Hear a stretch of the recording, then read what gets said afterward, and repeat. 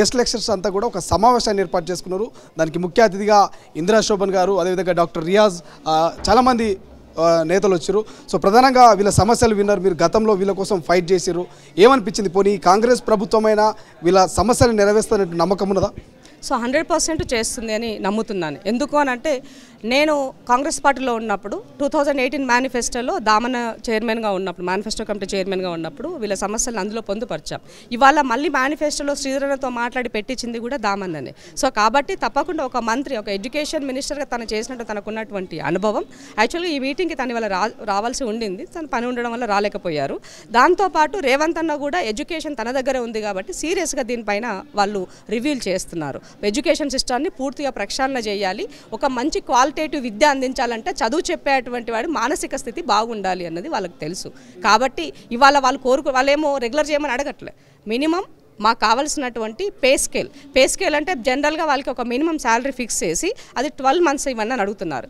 జనరల్గా కాంట్రాక్ట్ వ్యవస్థలో 12 మంత్స్ ఇవ్వడం అనేది కుదరదు. ఎందుకంటే 12 మంత్స్ ఇస్తే ఆటోమేటిక్గా వాళ్ళు రెగ్యులర్ కిందకి వస్తారు. సో వాళ్ళకి 12 మంత్స్ కన్నా కూడా తక్కువగా, అంటే అది 1 డే 2 డే తక్కువ ఇది చేయొచ్చు, లేదంటే 11 మంత్స్ కన్నా వాళ్ళకి చేసి ఉండొచ్చు. ఇప్పుడు ఆల్రెడీ ఉస్మానియా యూనివర్సిటీలో అకాడమిక్ కన్సల్టెంట్గా పనిచేస్తున్నటువంటి వాళ్ళు, అంటే అసిస్టెంట్ ప్రొఫెసర్స్గా, సో వాళ్ళకి 11 మంత్స్ శాలరీ పే చేస్తుంది గవర్నమెంట్.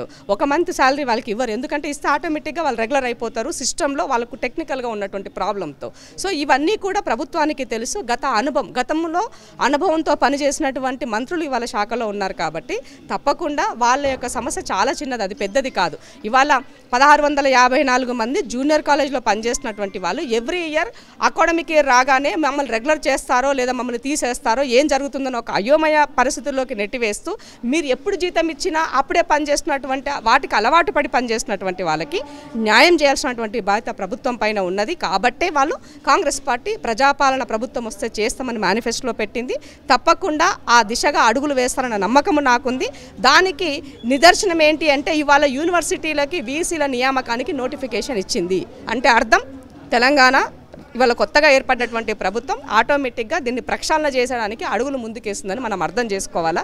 అందుకే నేను వాళ్ళని ఉద్దేశించి కూడా అదే చెప్పాను. ఇప్పుడు మీరు పేషెన్స్తో ఉండండి, ఓపికగా ఉండండి, తప్పకుండా మీ దగ్గరకు వస్తుంది. కొత్తగా ఏర్పడినటువంటి ప్రభుత్వం ఇవాళ తలేడుందో చెంబేడుందో ఏడుందో మొత్తం వెతుక్కునే పరిస్థితిలో ఉన్నారు. అవన్నీ సెటరైట్ చేసుకుంటారు, కొంచెం టైం పడుతుంది, కానీ తప్పకుండా మీకు న్యాయం చేస్తారు. మేనిఫెస్టో అంటే భగవద్గీతతో సమానం, దాంట్లో పెట్టారంటే 100% చేస్తారన్న నమ్మకం ఉంది.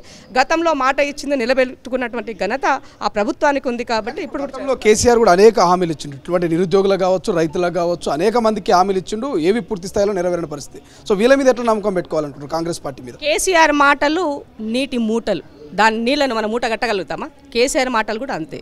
సో ఇప్పుడు చెప్పింది రాత్రికి గుర్తుండదు సార్కు, రాత్రి చెప్పింది పొద్దున గుర్తుండదు, అది సార్ యొక్క పాలన.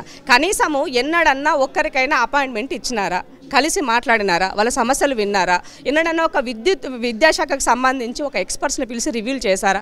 అవేవి ఆ ప్రభుత్వంలో జరగలేదు. వాళ్ళు ఎంతసేపు మేము మూటలు కట్టుకోవాలా, దోచుకోవాలా, దాచుకోవాలా, అదే దాంట్లో వాళ్ళు ఉన్నారు తప్ప ప్రజల గురించి, ప్రజల సమస్యల పట్ల గత ప్రభుత్వం పట్టించుకోలేదు. కాబట్టి మాలాంటి వందరం నిక్కచ్చిగా తెలంగాణ ప్రభుత్వంలో టీఆర్ఎస్ గవర్నమెంట్ దిగిపోవాలి, వీళ్ళు ఉండకూడదు అన్నది మేమంతా కంకణబద్దులుగా పనిచేస్తున్నాం. ఇవాళ ఈ గెస్ట్ లెక్చర్స్ అందరూ కూడా ఈ గవర్నమెంట్ మాకు వద్దని పనిచేశారు. ఆల్రెడీ గవర్నమెంట్లో ఉన్నటువంటి ఉద్యోగస్తులు కూడా రిజైన్ చేశారు. ఇవాళ 1వ తారీఖు జీతం తీసుకున్నారు వాళ్ళు, అంటే మార్పు వచ్చినట్టే కదా, చెప్పిన మాట నిలబెట్టుకున్నట్టే కదా. ఇన్ని సమస్యలు, ఆర్థికంగా ఇన్ని సమస్యల్లో ఉన్నా కూడా ఇవాళ వచ్చినటువంటి ప్రభుత్వం నిలబెట్టుకుందంటే మనం కూడా కొంచెం పేషెన్స్, ఓపిక ఉండాల్సినటువంటి అవసరం ఉంది.